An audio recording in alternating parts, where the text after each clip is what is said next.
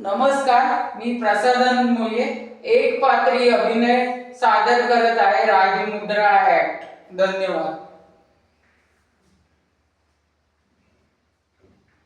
समज आबासाहेबांच्या थोर मातापित्यांच्या आबासाहेबांच्या लाडक्या सुनबाई म्हणून रायगडावरती वावरला.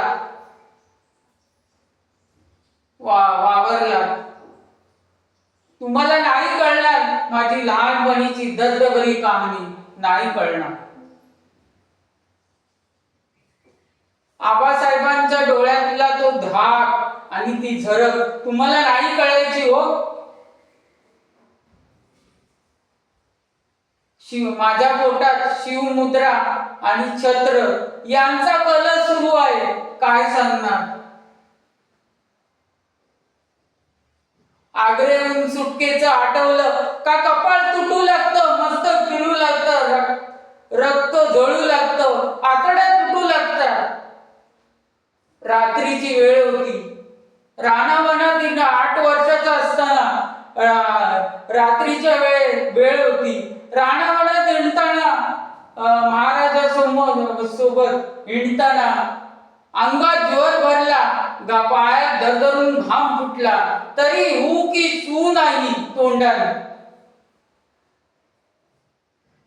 ब्राह्मणाच्या ठिकाणी मथुरेला मुक्काम हलवला.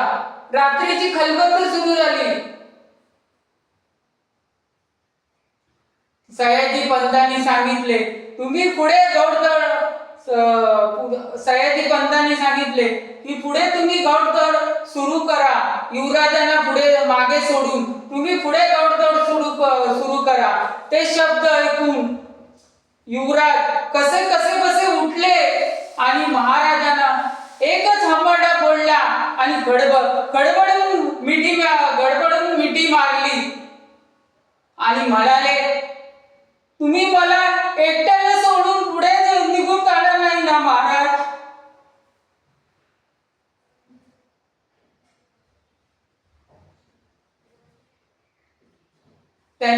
महाराजांनी काही एक शब्द बोलले नाही.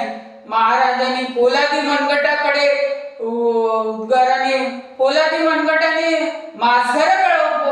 पोलादी ओल्या मनगटाकडे बघून त्यांनी माझघराकडे बोट दाखवले.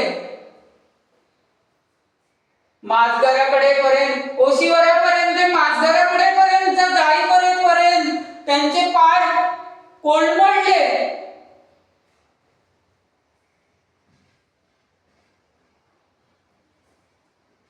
युवराजनी माझ्या पुत्राची अशी वागणूक केली असती तर आमची काय संभावना झाली असती. एकच वागणं आहे. धन्यवाद.